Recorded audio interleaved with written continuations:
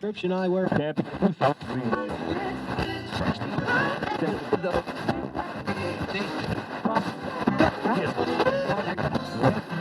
Prescription eyewear.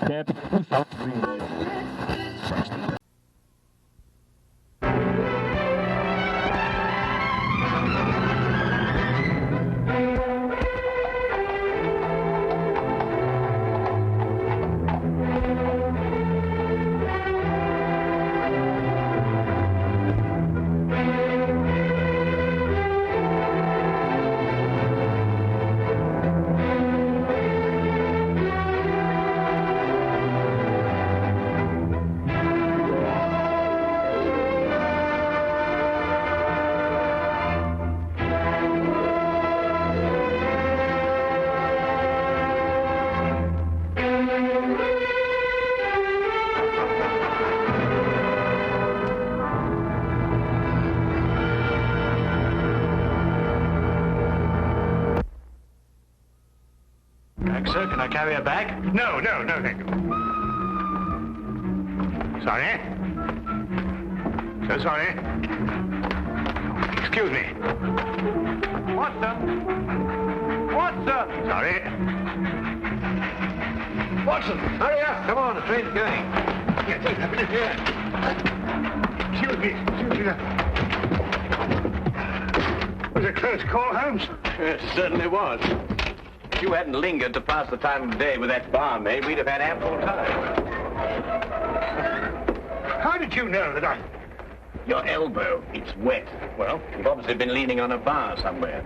And if I know you, it wasn't a bar man.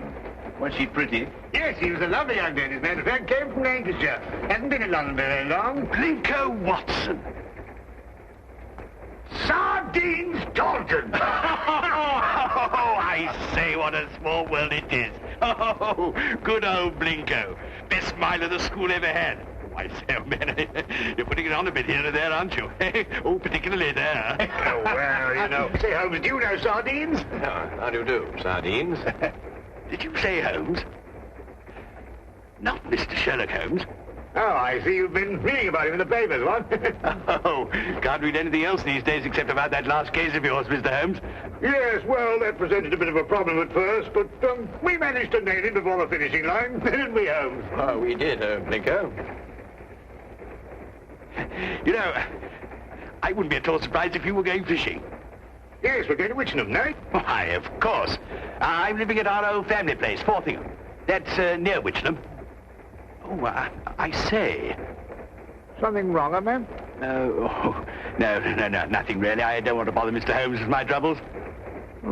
What sort of trouble, Mr. Taunton? Well, yes, it's my mummy. Oh, old Lady Taunton. No, my Egyptian mummy. Is your father married again? Oh, no, don't be silly, Blinko. One of those Egyptian fellows who were mummified thousands of years ago. That sort of mummy.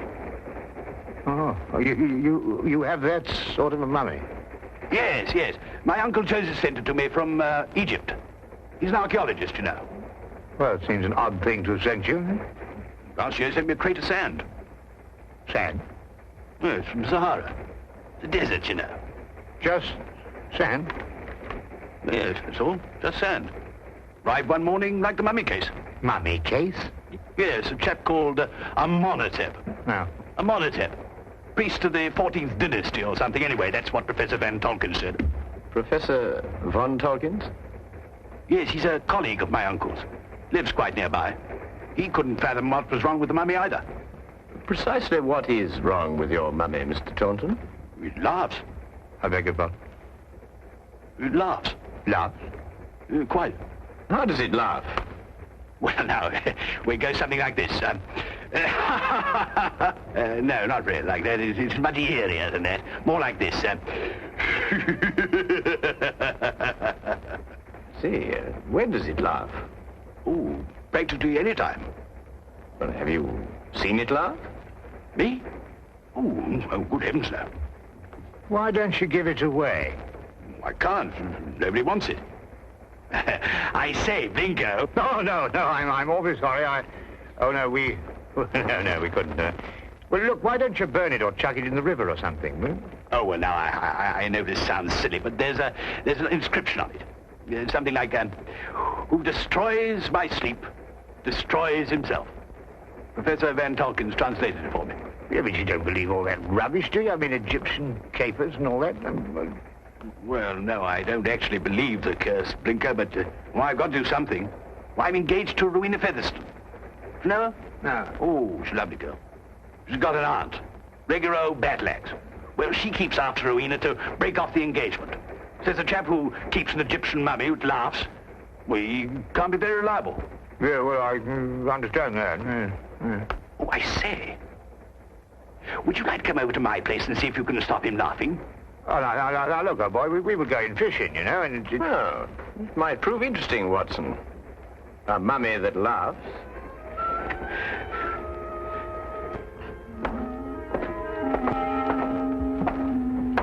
This is, Amenhotep. Well, he doesn't look as if he had much to laugh about. You wouldn't think so, would you? Wait till you hear him, Blinko. Frightening, positively frightening. 14th dynasty, I see. It's an exceptionally fine sarcophagus. I must say the funerary carvings of the 14th dynasty were the most beautiful ever known.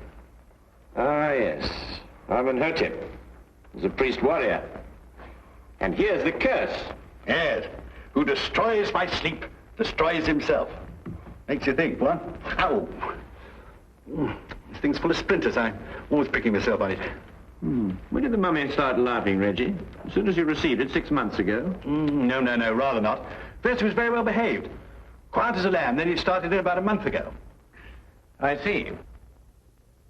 I take it these are the other Egyptian trophies your uncle sent you. Yes, rather. I stick them all in this room here. I call it my Egyptian room. You know, I wouldn't like Uncle Joseph to come back and think I didn't appreciate the gifts he sent me. Pretty touchy about the things they dig up, these archaeological fellas. Yes, quite naturally.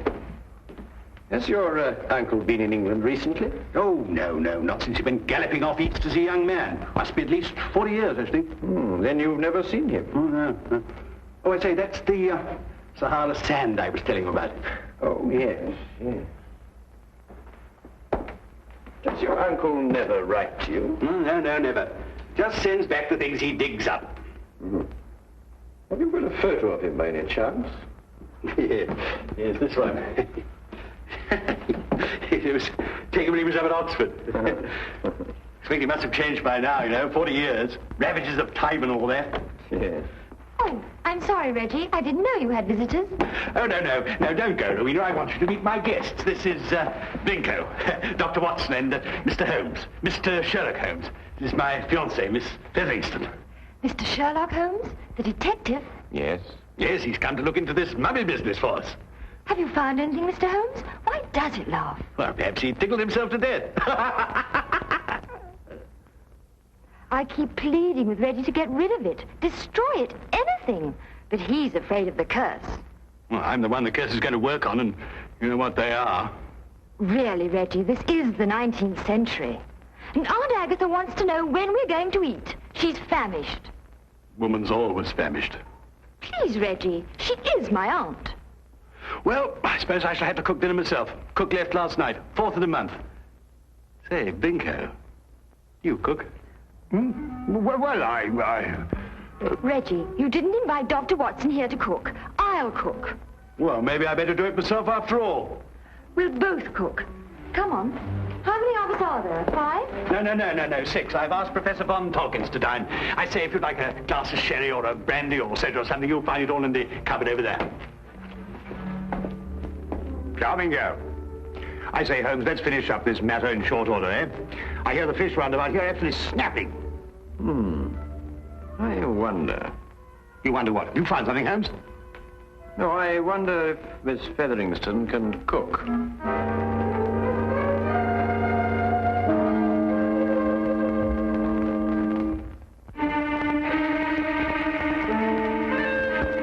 A doctor, young man, you say? A veterinary, no doubt. Madam, I'm a graduate of the Royal College of Physicians. I specialize in human beings. And you detect, young man, I understand. Yes, madam. I detect. Work with the police? Well, on occasion. No wonder the crime rate's going up. Rowena, do we or do we not eat? Reggie tells me you've recently come back from Egypt, Professor. Yes, Mr. Holmes. Just a few months ago. I have retired from active participation in Egyptology. I see. I understand that you met Reggie's uncle while you were out there. Yes, Professor Taunton and I excavated for a long time together in the valley of the Lower Nile. Is Professor Taunton still active? Yes, Joseph is engaged in important excavation at the present time. You must be very glad to see all your old friends and relations again, Professor, after all these years. I've been gone so long, Doctor. I no longer have friends. And I'm afraid even my family wouldn't recognize me. Well, here we are at last. Better late than never, I always say. Oh, please do help yourselves, everybody. Informalities to form. Local trout. We used an old recipe we found in a cookery book in the kitchen. Didn't we, Reggie? Yes, at least I think it was a cookery book. I read something about mixing nitrogen with hydrogen or something rather at the end of it. Oh, Lord. Well, this is splendid. I haven't had a decent, well-cooked fish like this in years.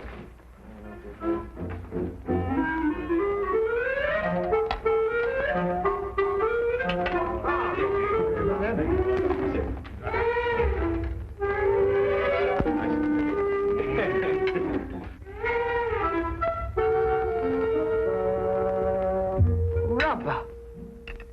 Sheer, unchewable rubber. I think it's very edible.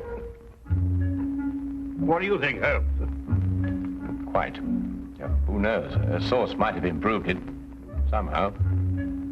It's quite delicious, Miss Featheringstone. I believe you're accustomed to eating beetles and locusts, which I'm told are considered delicacies in your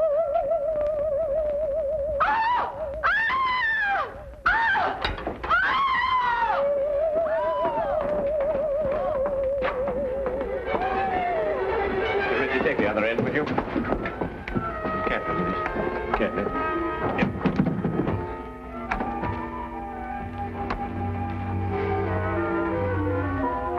This time we heard it ourselves. Yes, Watson. This time we heard it ourselves.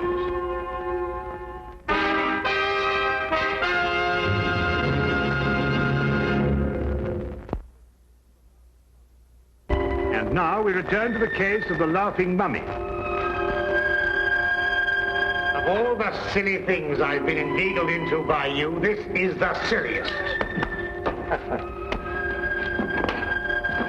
There we are.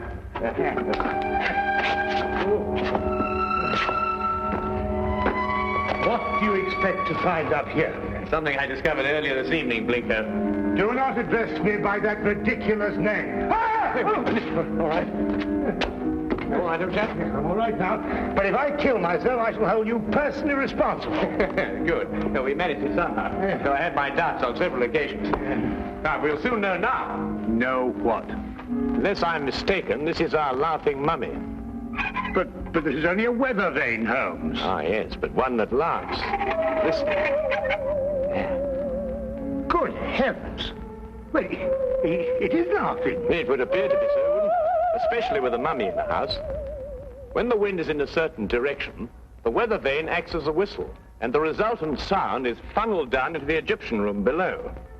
But that's marvelous, Holmes. How did you stumble onto it? Well, in dealing with the occult, Watson, it's best to remember the natural phenomena come first. Here, give me a hand with this, would you?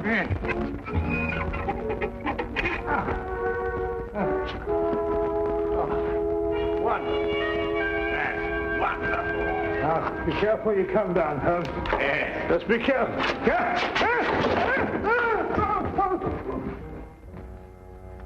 Here, Watson, would you hang on to this, please? Watson, are you taking it? Where have you gone? Watson? Watson? Watson? Do you think they know what they're doing, Reggie, dashing out of the house like this? Maybe not Blinko. Well, Mr. Holmes seems very capable. Oh, yes, he's the reliable type. Doesn't say much, but when he does, it's to the point. Like me. Tell me, Professor, is this the first mummy you ever heard of that laughs? The very first, Miss Featheringstone, and I'm quite sure that... Dr. Watson, what's happened? I slid off the roof. Landed in the rhododendron. Not my rhododendrons, Blinko. I've entered them in the local flower show. You may now withdraw your entry. Reggie, how long has this weather vane been on the chimney? Oh, about a month. I see. And it was about a month ago that the mummy started laughing. Yes, that's right, Mr. Holmes. It will now stop laughing. It was caused by the wind striking the weather vane, which then blew down the chimney and caused a sound which resembled a laugh. Well. Good heavens above. Mr. Holmes, how terribly clever of you. You found it out all by yourself? I, too, was on the roof, Miss Featheringstone. Oh, I know. I think you're both terribly clever. My compliments, Mr. Holmes. The simplicity of the explanation escaped us all, though I knew, of course, there was an explanation. Well, now we can all go and finish dinner. We've got something else coming, I think. Lamb, isn't it, Rowena? I think so. Meat of some kind. Good. Oh, Reggie. Yes, Mr. Holmes? Who stuck this on the chimney? Well, I did. It was lying about the place, so I stuck it up there to keep it out of the way. Oh, I see. Thank you. You know, I believe I'll miss him laughing. Made him human somehow. Almost chummy. Chubby mummy. Oh, well, that's another mystery we've solved, eh, Holmes? Yes, Watson. But in solving it, we've been confronted by a far deeper mystery. Eh? What do you mean? You may observe the sarcophagus is of the 14th dynasty, but the mummy itself is of a much later period. Well, perhaps they had an old box lying about when the chap died. Yes, possibly. But it would have to be lying about for a very long time.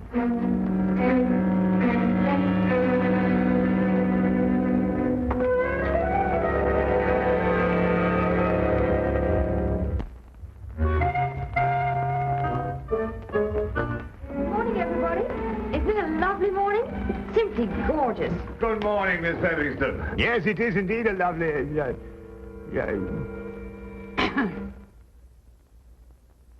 You look very refreshing, Miss Featheringstone. Very refreshing. And I am. No mummy laughing any longer, thanks to you, Mr. Holmes. Well, I say, what early birds we all are.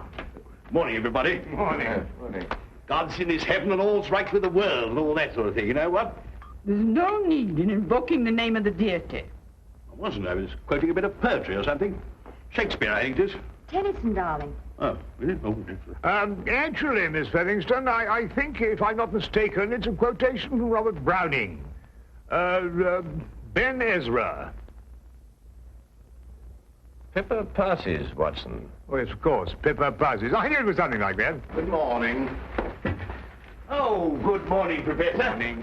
Have a cup of tea or a baked egg or kipper or something here, what? No, thank you. I just wanted to return this book. Oh, I say it's awfully decent of you, thank you. Oh, Professor Von Torkins. Yes, Mr. Holmes?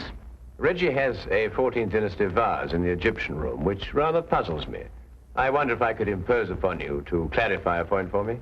It would be my pleasure, Mr. Holmes. Should we see it now? If it wouldn't be too much trouble, Professor. Not at all. Thank you.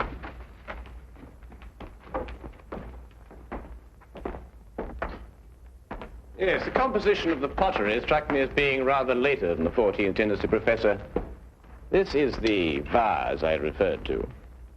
Considerably later, Mr. Holmes. The 18th dynasty, in fact. I rather thought Reggie was mistaken, as he was also mistaken about the mummy. The mummy? I'm afraid I don't understand. Don't you? I believe it was you who told Reggie that Amenhotep was of the 14th dynasty. It was, Mr. Holmes. But of course, this mummy, like the vase, is of a considerably later period. Really? How much later would you estimate, Mr. Holmes? Well, I'd say, 4,000 years later.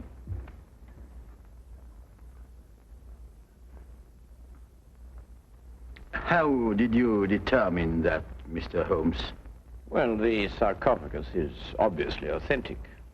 But the burial wrappings of the mummy itself of a comparatively modern Egyptian weave. Expertly aged, I admit. I'd hoped the discrepancy wouldn't be noticed. Well, if it hadn't been for the coincidence of the weather vane, I should never have bothered to look at the mummy so closely. What do you propose to do, Mr. Holmes? I'm afraid, Professor, I have no alternative. Holmes, what are you talking about? Professor von Tolkien is, I regret to say, Watson, involved with murder. Murder? Well, who was murdered? Joseph Taunton, Reggie's Uncle Joseph. But how do you know? Where's the body? You are gazing, Watson, at the mummified remains. Oh, no, really. You're right, Mr. Holmes. This is Joseph Taunton. And if I killed him... What do you mean, if you killed him? I don't know. That sounds strange, doesn't it? Joseph Taunton and I were friends. We devoted our lives to excavating the glories of Egypt. And last year we discovered the tomb of Amenhotep. An untouched tomb, Mr. Holmes. Over 4,000 years. Joseph and I were the first human beings to set foot in it since the day it was sealed. Can you imagine what that meant to us? Yes, I can understand that. Joseph was beside himself. He wanted to open the mummy case immediately, but it was wrong, Mr. Holmes. The case had to be opened carefully, delicately. We quarreled. I tried to restrain Joseph physically, but he broke loose from me. He ran to the case and opened it, and then... And then, Professor? And then he staggered and dropped dead. As he opened the sarcophagus? Yes. There were no witnesses to what had happened, Mr. Holmes. But in our struggle, Joseph had suffered bruises. I knew what the police would believe. And so you removed the mummy of Amenhotep and substituted the body of Joseph Taunton instead? It was the only way I could get the body out of the tomb. Mr. Holmes, I didn't mean to kill Joseph. It was his heart. He always had a weak heart. You say he staggered, Professor. What did he do as he staggered? He grasped his throat as if he were choking. Watson, would you oblige me by removing the cover of the sarcophagus? Yes, of course.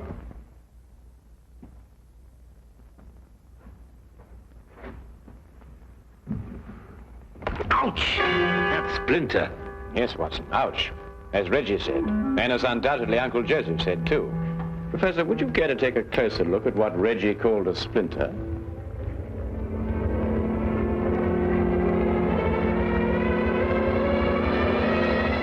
What? It's a hollow needle that would pierce the skin of anyone who touched it. But I don't understand. The curse of Amenhotep, and a hollow needle that contained the venom of an asp.